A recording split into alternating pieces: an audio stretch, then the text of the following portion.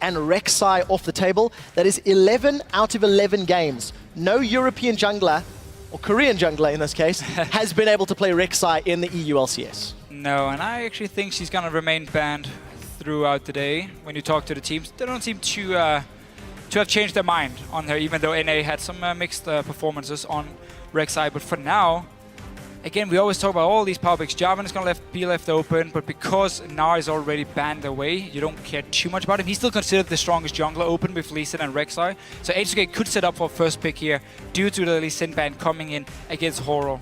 Yeah, definitely a possibility for H2K. Interesting to see them banning out that Lee Sin, because it could have been a consideration for first pick, considering how many games of Lee Sin Lulex has actually played. Yeah, and it's actually been banned against him. Yes, in countless the game times. Yesterday, oh sorry, last week as well. But Prolly and company here, the coach of course. Let's see what they want to first pick. I mean, again, Janna would be open as the #1 support if you want her. Jarvan, because of the 2 jungle bans coming in. And obviously, Lissandra, Kassadin. We saw Kassadin first picked a few times. There's so many strong picks up in the air, so MYM will be able to get 2 of them. I really like the shots at the moment, because you can see how involved the discussion is with Prolly. We've heard from multiple sources that during the pick and ban phase, part of the reason H2K takes such a long time is because of Prolly's input, because of his, decision making and team comping. So much info. Oh, everyone's got a notebook now, so I'm not impressed by that. Not that big of a notebook. Oh, not that big. It's the size that matters. Let's see if it works out, because last week that Psy on top did not. Gotta call it out. It worked in the early game, but H2K ran out of steam. And with 3 seconds left on the clock, it is the Jarvan. It was anticipated, but you have to wonder, what else have they talked about? Is this Ahri? Is this Lissandra? What does Yamato Cannon and MYM want? So what you're doing in this situation for H2K, because again, there's so many power picks open, is you value, okay, how much do we think Jarvan can do compared to, let's say, if they got Kassadin and a Sivir or Janna being locked in here? Would it be worth it for us to get the #1 jungle pick? But simply due to them banning Lee Sin and Rek'Sai, and because they are more picks open again. Annie now was very, very strong last week. I think H2K made a good decision of picking the Jarvan. And obviously MYM getting Kassadin. Still not... So the thing, Kassadin, we saw him whenever he was blind pick. He was actually going to get in trouble, because people would pick 2 lanes that were strong against him. He couldn't really go anywhere, and he was just forced to give up a lot of CS in this laning phase here. But normally, if you get a fairly standard AP versus AP lane with Kassadin against maybe Alessandra, he can actually farm fairly well in his decent enough matchups. So after talking about the notebooks, Yamato Cannon with a brief shout out to his mummy. Hi, Yamato Cannon's mummy. In terms of jungle picks, Horo, his Lee Sin was banned away. Jarvan was first picked by H2K, and last week we saw him play Olaf for the first time. It was the first time we see it. It left a lot to be desired.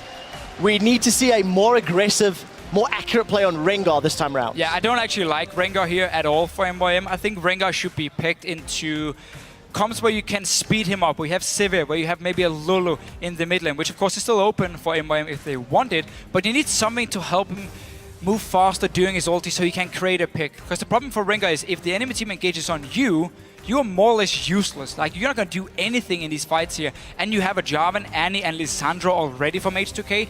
They're going to start fights against you over and over and over, which means the Rengar pick suddenly won't do anything. And also the reason here H2K can lock in that Lulu, get all the speed ups, take it away from MYM and the potential Rengar combo. Well, we'll have to see how MeetYourMakers handle themselves. H2K have got that incredibly aggressive, in-your-face, mobile team comp. Almost everybody with some form of speed boost or gap closer, with the exception of that Annie. And Kassadin's going to take a long time to hit a power spike. MeetYourMakers have got to be very careful not to pick another late game, what we assume top laner.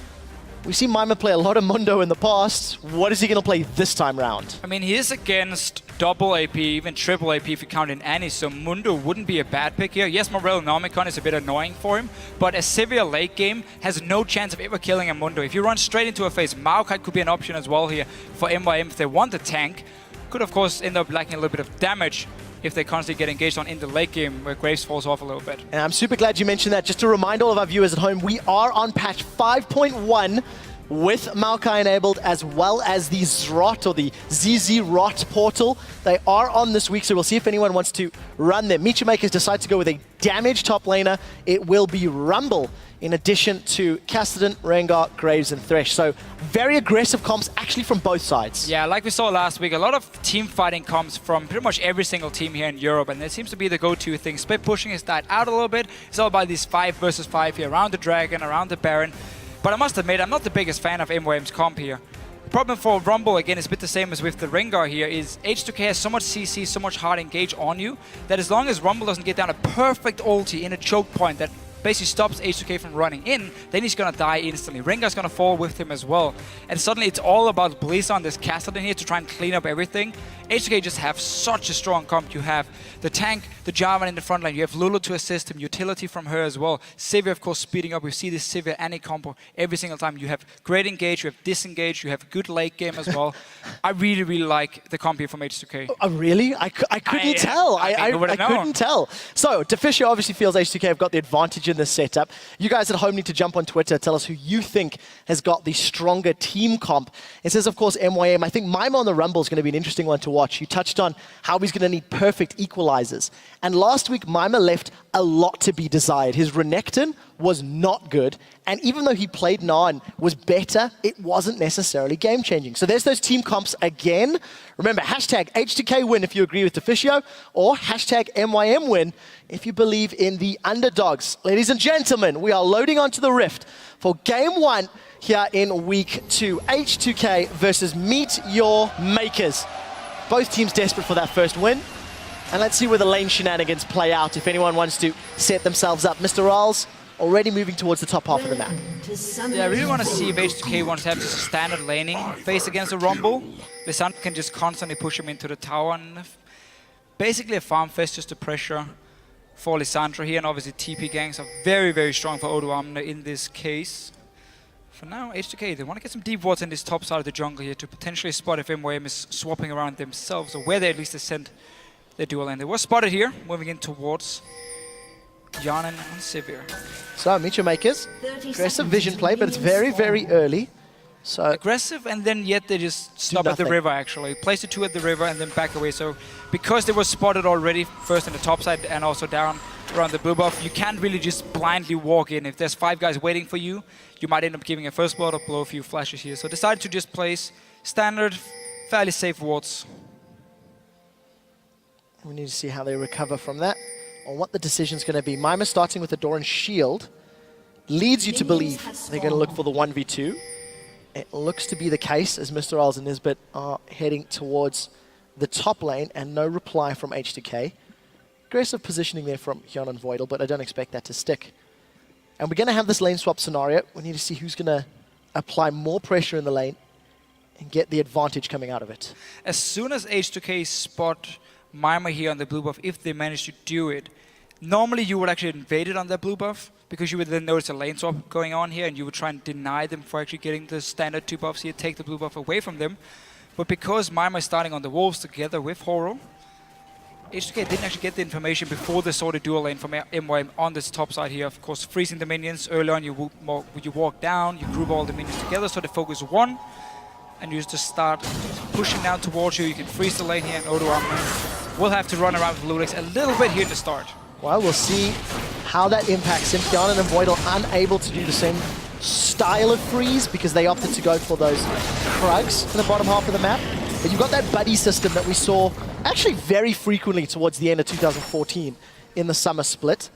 And Nisbet still waiting for the involvement here. Yeah, so the body system is just a lot shorter than it used to be. We used to see them run around to like level 2, level 3, top and jungle. Now, because again the XP range of minions were changed, so you can actually stand at your tower and still get XP, at least get very close to it. You can stay very far back. It's a lot better to actually send down your top laner here, try and soak up as much XP as possible in this lane swap than just running with your jungler over and over. So just the first few camps are being done together, and then once you decide, okay, do we want to go dive a lane, do we want to maybe send up Odoamne to the top side, joined by Volt to push it out, whatever the decision is, will make them split up and not run together anymore. Well, it's interesting to see the difference in approaches. MYM has already left Horo's assistance from MeetYourMakers' side and heading to lane, whereas Odoamne, they stuck around for a full clear of the bottom half of that map, actually setting themselves up for a potential dive here. Let's see how aggressive VODS and Lulax actually play this one out, because it is going to be against two members of MeetYourMakers under the tower. Yeah, and a wall placed by Nisbet here, very, very smart. They haven't seen anyone in the top lane. They see VODS stay in the bottom side, so they know he hasn't recalled to join VODS. If they are going in, they are spotted as well. Well, let's see how the CC can land. VODS is going to throw out their clutch. That's a flash stun! My man Nisbet knocked up in the air. First blood goes to H2K as VODS takes another shot. They get the second kill, and summon a heal saves Lulax. 2-0. H2K are flying. So because H2K couldn't get the freeze in the bottom lane, they didn't know there was going to be a lane swap here. They did the camps at level 1. They say, okay, we cannot give all this farm over to Mimer, so we're gonna send our top laner and our jungler down here, dive them. Such a nice setup here, beautiful coordination, tanking the tower between two guys as well, and everyone staying alive. Perfect. Very, very well executed. 68% of you guys at home are jumping for joy after celebrating that hashtag H2K win. Team comp votes, and you know that buddy system we were talking about to Fisher, that's the first time in a while we've seen a 4-man dive at 4 minutes that early on. And you were talking about this earlier today as well. Why are we not seeing it as frequently? Look at that tower's HP. Yeah, almost dead here, but there's just been so many buffs to the towers, and it's become harder and harder again. Remember, there was the change here where the tower needs less shots before it does the full damage, so it's harder to dive them, it's more risky. But because there's so much CC, because there were 5 guys as well, they just locked them down and killed them instantly. Oh, let's see if Horo can turn this one around. Remember, there's no flash on VODS. Here comes Horo, he roots VODS in place. VODS got the stun down. The flame from Nisbet's going to hold him down. Horo instantly forced to back away. Here comes a teleport from VODS. Their MeetYourMakers are on the board. They've got one. Mimer's rooted in place. Death Sentence connects onto Hyana. He gets pulled in for a turret shot. Forced to flash before he gets away. Boomerang Blade does not connect. And it ends with MeetYourMakers getting a kill and a teleport from H2K. Very important with the teleport here. Let's see, Blazer in trouble. Oh, there's no mana, but he does have flash available. Blazer's trying to get as much distance. That's a flash ignite. Glitzerlance does not connect, but Ryu looking for a kill doesn't work out this time. Oh, trading summoners in the mid lane here, but very, very important for MYM. They forced out the teleport from VODS because look at this big wave here that's been hitting the tower. All that farm could have gone over to him. He should actually just have stayed, no matter what. Even if he picked up a kill on the bottom side, I think he should have stayed up here, picked up 3, 4, maybe 5 waves, stopped Mr. Riles as well from actually hitting the tower, and that would have given him so much farm. Instead though, because the tower is very low, they send the Sivir in the top side. So Sivir's going to go try to defend that tower up top. I want to go back to that sort of Ryu play in the mid lane. Lulu against Cassidy could end up being a fairly passive lane one-on-one, but Ryu is one of our players to watch, and not for the best reasons. This is a guy who's got experience with Millennium, with Roccat, and with H2K as a mid laner. And truthfully, with none of them has he really lived up to the expectations. I mean, this is a guy that was in a LAN final against Faker over in Korea a while ago, let's be fair, but still, and he's not really demonstrated that skill level. No, but as Power People said on the analyst desk, when he plays against Rio, he realizes this is a good player, good mechanics, he's solid in the laning phase. The problem comes again when in terms of communication, synergy with his team here. That's where we see all the problems for Rio on every single team he plays on in Europe. He doesn't have a translator like Huni has over on Fnatic and Reignover. So he's left all alone at the moment. Lulax managed to get a pink ward, might smack the Scuttler around a little bit here, get the 80 gold. Again, this is what we see from junglers a lot on 5.1. You do the Scuttler as part of your rotation because it gives you 80 gold, 50 from the Scuttler, 30 of course from your upgraded jungle item. Yeah, and what we've definitely seen from week 1, junglers in the early game that have got control of both crabs really accelerate their item growth. They get to that 1, 2, 3 item breakpoint, several minutes earlier at times. But you see Lulax, he's sniffing around, trying to find an opportunity. And we'll see if he can get a knock-up. Remember, there's no flash on Blizzard, but he does have that ripple. Yeah, and H2K has really won out on this lane swap here because of the dive in the bottom lane. They couldn't freeze the wave, decided to go for an aggressive one, and it paid off for them. And Rales was freezing the top lane, once start pushing it down towards the tower. By that time, we could actually have Yarnan and Void, which just switched to the top side. Tower was already gone in the bottom lane, and overall, tower kills, farm as well. Very, very good start by H2K. Look at VODS compared to Mimer. I know this is very early to sort of go into story time mode, but if you go back to picks and bans, the first 3 picks and lock-ins for H2K was Jarvan, Annie, Lissandra.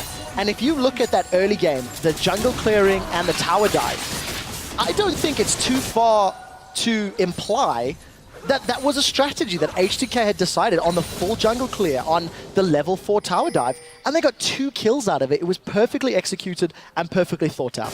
It was a thing they decided as soon as they saw the lane swap, and again, knowing, okay, we haven't frozen the lane in the bottom side, so we have to push it in. We don't want to give MYM all the farm. And that's why they just said, okay, let's do a full clear together, go down and dive him. So yeah, just a smart thinking by H2K. Let's see, Horror on this top lane here. Wants to go for dive, but Lulex is nearby as well. This is going to be a 3v3. Here comes Yarden on the hunt. Cataclysm goes down. Lulex is going to jump into the fight, still alive, but going to get dropped in the last second. Nice. So it's jungler for support. Look at the equalizer from MyM with his teleport, able to make it a clean 2-0 after it was Voidal that flash engaged. Just gotta push down here. You gotta get that tower here, even it up 1-for-1, get the global goal as well. But nice little setup here by MYM. The gang actually, both junglers were sitting ready, expecting this to happen here. But it was Lulex who went in first, allowing Horror on this Rengar here to set up the counter gang, pick up 1 kill, get a second one as well with the equalizer from MyM pushing down the tower. So nice reply from MYM despite the bad start.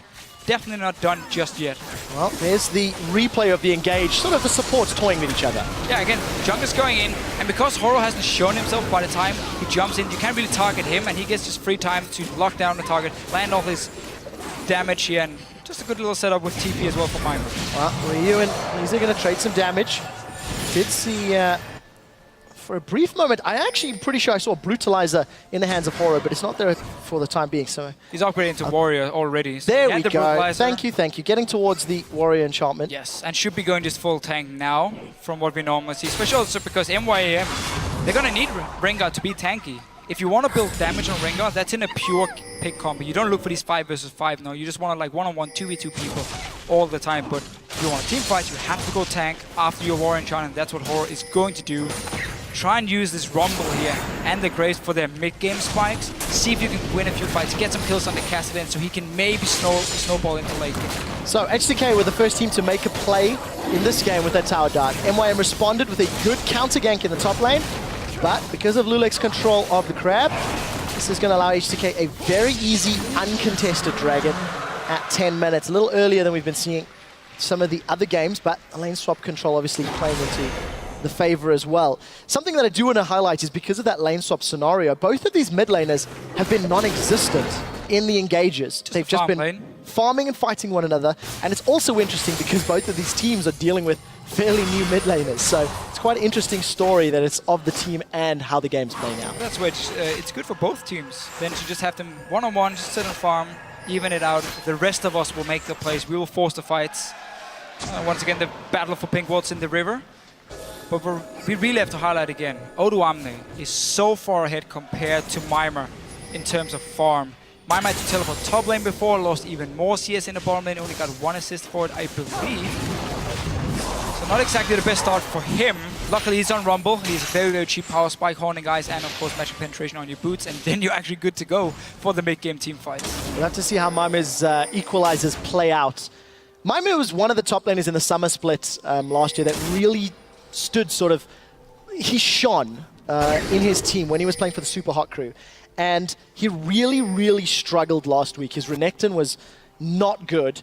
He did pick it back up with Gnar just a little bit, but I think there's expectations on MyM's shoulders considering that Corey, or Selfie, left the team. So we need to see how he picks it up and how well Blizzard plays on Cassidy. This is the first time we've seen him on that champion. That's what we have to remember about MYM, or Super Hot crew as they were called last year. When they came into the spring split, it was all about Mr. Rallis. He was the main carry because you had Moops in the mid lane, and MyM was just kind of getting used to the LCS again. He had to really improve a lot compared to his last showings. Yeah, exactly, last showing on NIP, which didn't really work out for him at all.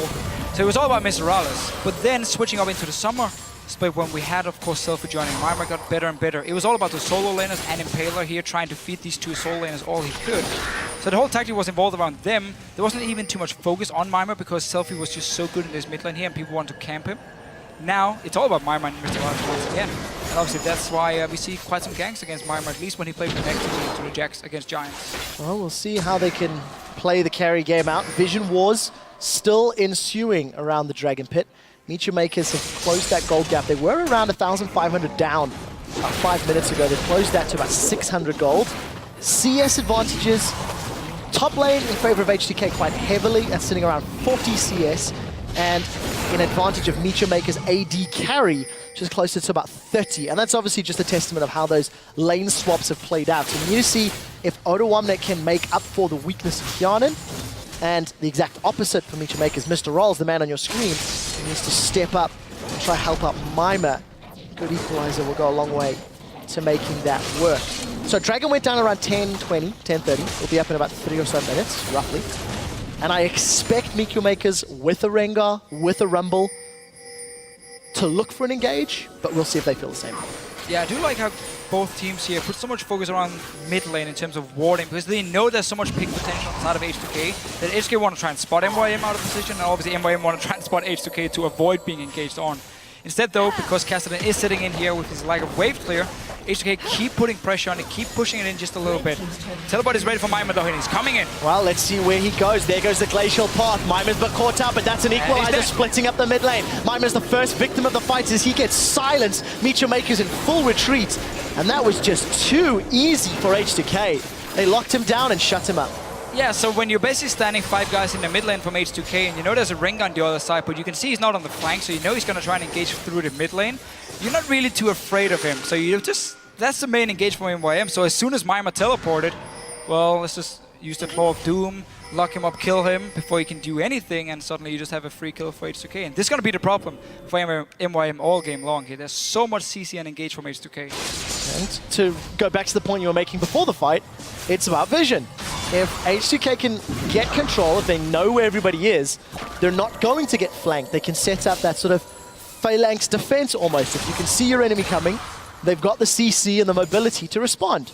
Between Lissandra, Jarvan, Lulu, Sivir, in theory, as long as H2K are aware, they should always be safe. They've grouped up and they're pushing top lane, looking to secure their third tower, and there's no one for MYM to defend. Yeah, they know there's no ulti for Horo, so he won't be able to do anything against them, so they can just freely move around the lanes here, push down the towers. Last outer turret gone as well. Hjarnan been part of every single one, I believe, actually, on the Sivir hand. We see a lot of European teams really use Sivir as a fast pusher in the early game, where, okay, you start in the bottom lane, take a tower, go mid lane, go top lane, and you basically just swap around the lanes, push them in very, very fast, chip away on the tower, and once it's low enough, you go for the final push, get the gold here. MYM, of course, wants to respond. TP coming in from VODS. Well, let's see how Mr. Isles and Nisbet do respond. Moby Boots Annie, being played by Voidal, was coming down the river, but he's not going to get there quickly enough. So, MeetYourMakers unable to reply the top tower. It's 3 towers to 1. H2K got themselves another small gold lead. If you look at your item breakpoints, VODS, they're starting with an Abyssal Scepter. Against the AP, that's not too surprising, and the rest of the itemization is fairly standard. Nothing's jumping out at me at the moment. Oh, I actually quite like the pickup here. Once he gets his Hourglass, you have armor and MR against the damage dealers from MYM, and now they just need to go in and actually set up a few deep wards from H2K side, so you can look for that engage onto MYM and make sure you don't get flanked around at all, because again, if they run straight in your face, Lolo, Lissandra's going to make it impossible for you to ever get close enough, and first guy jumping in, Lissandra ult in his face, he dies. Well, that's the theory. H2K have demonstrated they've done it a few times already. And Dragon has respawned. Everybody's around this mid lane, as we talked Horo's about. Going in. Here goes Horo on Rengar. Look for the equalizer. It needs to be got. Like Voidal's caught up. He's going to stun Horo in place. Horo's going to flash away. There's the collateral damage on the sideline. Now Lulex is trying to play a distraction game. Cataclysm's up in the back, but MYM, they're in full retreat. Flash over the wall from MYM. We do see Riftwalk from Blizzard just to stay alive, and Lulex is running them down. He does not care. Aegis is zipping him up. Gonna snipe Mr. Isles in 2 relatively easy kills. H2K re-engage flawlessly. So Horo actually managed to get at least a chance to engage here because there was a good pink ward placed by MYM, so H2K didn't see him pop his ulti. But he only had to jump on Voidal, the support. He couldn't really find any other targets, and that's why H2K also could just turn it around. Let's see here, Pleaser going aggressive. Oh, that was a little bit close. Took a lot of damage. We did see the support for H2K in the mid lane, so they grabbed themselves a dragon. They're also going to grab themselves an inner turret and extend that gold lead to around 5,000. And that poor minion is going to eat a death sentence to defend H2K. So 2 dragons, 4 towers. H2K in a great position. We just see it once again. I mean, MYM, they go in. Let's just see. So Horo had noticed the pink ward he uses actually to pop his ulti. Finds out Voidal and Ryu. Goes on Voidal in the very end, but Hjarnan is down here on the bottom side. He wasn't going to be the target. VODS as well. Mr. Rod is actually caught out of position, so they can get him very low. And H2K, because they have so much CC and so much damage already, can just run over MYM unless MYM gets a straight up pick. The first target they jump with the Rengar, kill him instantly, then they don't have a chance. You have to ask yourself, even if they did blow Annie up, with how split up MeetYourMakers were, and the fact that H2K's carries were on the sidelines, you need to blow up a carry. You need to get rid of a Siva or a Lissandra before they can react to really get an advantageous position. And he's just going to be a stun bot for the most part in those team fights. So MYM just falling further and further behind. Both Sivir and Lissandra are actually going to be pretty tough targets to get to. Lissandra can obviously ult herself and will outlast later on if you see the Rengar jumping towards you. And Sivir has a spell shield because you know Rengar's going to throw his bowler strike when he's in the air jumping towards you here. So as soon as you see the mark above you and you see him flying, just gonna pop that spell shield here. No, obviously not that easy, but Yanin does have tools to avoid it here. And if someone gets caught out, you have Rio with the wild growth here, with his shield, to make sure you don't actually die. Really like the itemization from H2K. You've got that very early locket from Lulix, that Abyssal Scepter that Oda-Wamnes Lissandra is setting on for a little while. And just really going to help survive the damage dealers of MYM.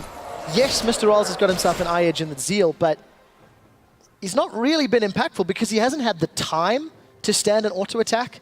MYM's comp is really going to be looking to use his collateral damage to blow somebody up. And even in that case, it still wasn't enough to kill Voidal's Annie. Yeah, and he has to be very careful because when you build all this magic resistance here, it means for H2K they can actually focus Mr. Rolls, because if you kill him first, there's no physical damage left. Because we don't really count Horror here on Rengar once he's already used his ulti, in terms of the damage he can do in a straight up fight. So it just simply means target up Mr. Rales, make it impossible for him to do anything in these fights here, because Jarvan is going to jump in, Sandra's going to go for him, and then you don't have to care about these two AP champions with all this early magic resist. So let's take a look at how MeetYourMakers try to defend this one out. H2K last week against the Copenhagen Wolves had a commanding lead, and they managed to botch that game and give up a win against the Wolves. They need to make sure they can close the game out. We do see MeetYourMakers. They're grouped up in the mid lane. They've got no minions to play with, though. Onuano's going to stick Blizzard down. Now they've caught him up. He's knocked up. He's down. Blizzard's out. Now Horo jumps on top of Lulix. Lulix will be the next victim of the fight as Mima is going to overheat. It's not going to matter. Box comes up from Nisbet and Voidal is dancing around the outskirts. It ends up being a 3-for-1. And MeetYourMakers just stuck around in the mid lane too long. They get punished for it. It almost seemed like H2K actually didn't want to fight here. Odoamne with his claw pretty far back and was like, okay, Kassadin is here, I'm going to try and lock him down. And then, of course, chain CC, beautifully done once again. Managed to get the kill on Blazer. And MYM, I mean, they're trying to get some farm. You want to get that 2-item power spike on a Kassadin before he can really start racking up some kills, so we can see Blazer going towards this hourglass. But let's just see it again. Telework coming in, and as soon as we see the disengage from MYM, it looks like Odoamne saying, okay, fair enough. We don't necessarily have to go in too aggressive, but because Blazer's being caught by the first CC, H2K can then take it and just start cleaning up kills once again. Nice stun coming from Voidal, of course, just the flick. That's a little point and flick on this, but 3 kills for 1. Just so easy for H2K. The response that they can get in with Lulu's speed, Sivers on the hunt, they're just there in a second. So Ryu putting the hurt down onto Blazer's Kassadin. 0-1-0. First death in the game after that previous engage. And truthfully, not in a great position. We do see Ryu, he's caught up. Does he have the support of his team? Wild Growth is out. Nisbet's the first target, gets knocked up. Ryu still with over 1,000 life is turning the hurt onto Horror. Now Rengar's in trouble. Smoke comes up for Mr. Riles and Lulux slam dunks to force the flash. Yet another kill for H2K. MeetYourMakers, they're just floundering. They're trying to make plays and it's not working. No, they're just trying, they're just trying to get some kills on this Kassadin here. It's the only choice they do have, because you're not just going to sit back and farm for the next 10-15 minutes. You don't have enough wave clear on your comp. You only have Graves and he's too low range anyway, so H2K will always be able to push down the waves, get a few hits on those towers here, poke you as well, because what poke do you have on your side? Rumble with his E, that's again basically about it, and then Graves with his fairly short range. That's the only poke you have onto the likes of H2K, so they can freely push down the lanes, push down the towers here, wait obviously for dragons. 2 dragons already picked up for them. It's looking great for H2K. 8,000 gold in the lead. H2K find themselves in a very, very good position. And remember, for both of these teams, they find themselves at 0-2 on the table. So this might be H2K's first victory, and it's been fairly dominant. But truthfully, MeetYourMakers, other than that top lane sort of counter gank, they've not done a whole lot. All the engages they've tried, it's been turned around, it's been punished, and this engage they've put together just simply isn't working out. No, and I mean, it's very important, I think, that everyone who's watching MYM and the EU LCS remember what happened to the team. Again, losing your mid laner just before, and this is not really about... One day before the split. Yeah, one day. I mean, this is not really about your players. You don't really have anything you can do when your star player leaves the day before the LCS, so they're just trying to make the best out of it, and we have to give them time. We have to give them time to try and build up new synergy, find a way to play with Blizzard here in the mid lane. Like, what kind of strategy do you want to use? How can we utilize him here? I mean, they've tried to castle in, they tried Ari last week, and he's actually farming well in the lane phase. He's not dying just one-on-one, but he doesn't really have too much impact together with the rest of the team obviously on the map because they do fall behind. Yeah, not at this stage anyway. MeetYourMakers still looking to find that synergy that they lost from Corey, as you've highlighted. Rio, on the other hand, 2-0-3. A stronger performance, stronger showing. Not that he's looked bad necessarily, but doing the job that is asked of him, been involved in half of his team's kills. And he's going to have a responsibility to keep everybody else alive in these team fights. Run interference, and you know what? He's got the right targets, at least thus far. And doing the standard Lulu build where you go Death Cap as your second item because you just want to get as much AP as possible. First of all, you're going for Lich Bane as most likely your third or fourth item, and that's where you want the AP. Make sure that does as much damage as possible. And then also because, again, your Whimsy, your W skills on AP, so you don't really need that early penetration too much. And just go for pure AP is the best on the Lulu. And obviously your shields and your healing from Wild Growth counts for more. So, H2K in a very, very strong position. They stalled at this point against Copenhagen Wolves last week. Got to the inner turrets. They had a very different team composition, however. Mostly with those tanks and lacking damage. Today, against MeetYourMakers, they've got the damage. Now we need to see if they've got the ability to break the inhibitor turret line. There's only one inner turret still available that's up top. Look at H2K's positioning and warding, setting up both, obviously, for Baron, as well as that top inner turret. And this is something H2K actually did fairly well if you look towards the Copenhagen Wolves game last week. The first 30 minutes, they managed to consistently start slow pushing in the side lanes, build up these very big waves you see in the minimap now, and then just move between them, taking down towers. They stopped doing it, though, after 30 minutes and just focused on the Baron itself. Now they've learned from it. They're still keeping the side lanes pushing while they're getting all the pressure here and the wards down in the jungle to potentially set up for Baron as well. So clearly been looking at the game from last week and knowing, okay, this is what we did wrong, let's fix it. Well, Tofficio did not care about that death sentence, and neither did H2K. Well aware of the big item advantage they've got. MYM need to catch someone off guard to engage. Turret dropped to 30% HP as the minions are taken away. Odo1 is tanking it up. Lulex from the sideline. Voidal's looking for the stun. He's going to drop Nisbet where he stands. Didn't even use anything important. On the hunt is down for Sivir. They're going in. Odo1 is going to lock him down with that Glacial Tomb. Moro's trying to run for Dudger. Mr. Rolls is out. H2K, this is too simple. Mimer's overheating. It's not going to matter. H2K have got control of the inhibitor turret. We did see Blizzard get a kill onto Annie. He's on the board, 1-1. But it's too little, it's too late. H2K have got the turret, they've still got the numbers advantage. Let's see if they stick around. They've held Mimer in place. Here comes Toro. He's going to leap in. The first victim of the fight this time around is Mimer. As we see Odo1 get dropped in reply. 1-for-1 as top laners are down. H2K are still dancing and Blizzard's just too low to re-engage. H2K, I think they'll be happy for that. 2 for 2 plus a turret. Yeah, of course, got the turret. It opens up the base, making it even harder for MYM to defend next time around. Still, Blizzard got his first kill on Kassadin. It's basically what they were looking for. Game changer. Game changer. It's what they were looking for. That's it. 10-15 minutes ago. The snowball has started. Now he's just going to do that another 10 times to make up the 10,000 gold difference. If you compare items, Deathcap, Athenes, and the makings of a potential Void Star for Ryu as opposed to a Seekers and Rod of Ages, Blizzard simply not had the item that he needs or wants. Odo1's got himself a completed Hourglass, Abyssal, and another needlessly large Rod. Mimer also falling far behind. It's just an impossibly difficult situation for MeetYourMakers. Yeah, again, right now you just gotta hope H2K makes a big mistake.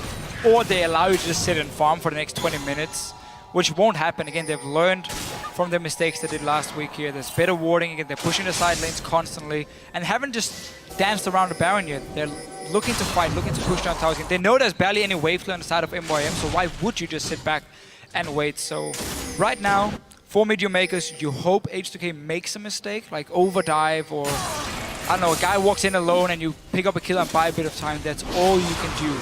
I do like, though, how they're constantly trying to fight for the vision in this jungle here, because that's the way to create a pick. If someone face checks you and you're standing 5 guys there. But outside of that, well, not too much. We're going to have to see if H2K can actually close it out. That is the real trick.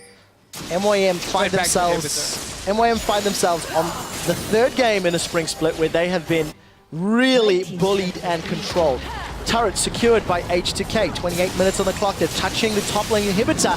Look at that. Yana was quite far forward. Equalizer comes out. It's okay, but not good enough.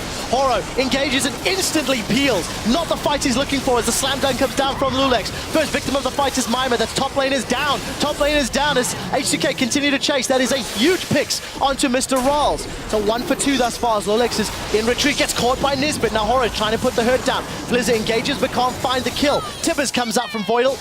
It's going to be enough of a distraction as H2K are now on the top lane. Lulex is low. Let's see if Blizzard can pick him off. Kianan, though, untouched. Ryu gets himself his 5th kill of the game. That's unstoppable. Nexus turret number 1 is down. H2K have got minions to play with. They've set their sights on the Nexus, so there's no wave clear from MeetYourMakers. Nisbet's going to be the next target, is going to be giving up a kill to Kianan. 5-0-10 as H2K drop the Nexus. They pick up their first win of the 2015 LCS. Dominating victory for H2K and a good turnaround from week 1. And this first pick Jarvan here for Lulex really worked out for him. 7, 2, and 10. He had all the early kills, by the way. He got double kill from the first dive in the bottom lane, and he was just looking fantastic here, making sure every single lane got fed. It just feels like H2K had a much better strategic plan coming into this game. Their picks and bans worked out. Their execution, the way they read the lane swap, worked out. And every advantage that they had garnered for themselves in the early game continued to the mid and late game. And, you know, a convincing end as well. Just a great team comp here. So much synergy between all of the champions here, where on the side of MYM, it seemed more like they were just picking comfort picks, especially the Rengar coming in from Horo. We don't see him very often when he's not paired with a Lulu or Sivir here, because you need that speed up when you start your ulti here. You need to be able to create that pick where you surprise someone, just slowly run towards me. It was too easy for H2K whenever it actually happened to just react in time, turn the fight into their favor. So pick and ban phase, in my opinion, in favor of H2K, and obviously from the level 1, beautiful dive in the bottom lane, and just played it great. I mean, they didn't give MYM any chance to come back in the game. No, never presented an opportunity. The only... Didn't dance around Baron either. No need to, actually. That's a good point. You know, and again, you highlighted multiple times, learning from the mistakes last week. Probably on stage there, we know he's integral in their picks and bans. Chatting away, I had the pleasure of working with him at Worlds, and he's definitely got a good grasp of wave management and playing the map out. And he'll definitely be proud to see how his team played the map in this game. Yeah, especially, again, the wave management, how side lanes were always pushing for H2K, opening up, okay, do you want to go top lane? Do you want to go bottom lane? Doesn't even matter. MYM has to send someone to defend anyway. If the chance is there, we're going to go and just take a tower, we're going to take a Baron. Doesn't even matter, again, because we control the side lanes throughout the entire game. It helps when you are so far ahead of the ultimate team. You can just take whatever fight you want to. But it looked good from H2K here, and we just have to say for MYM,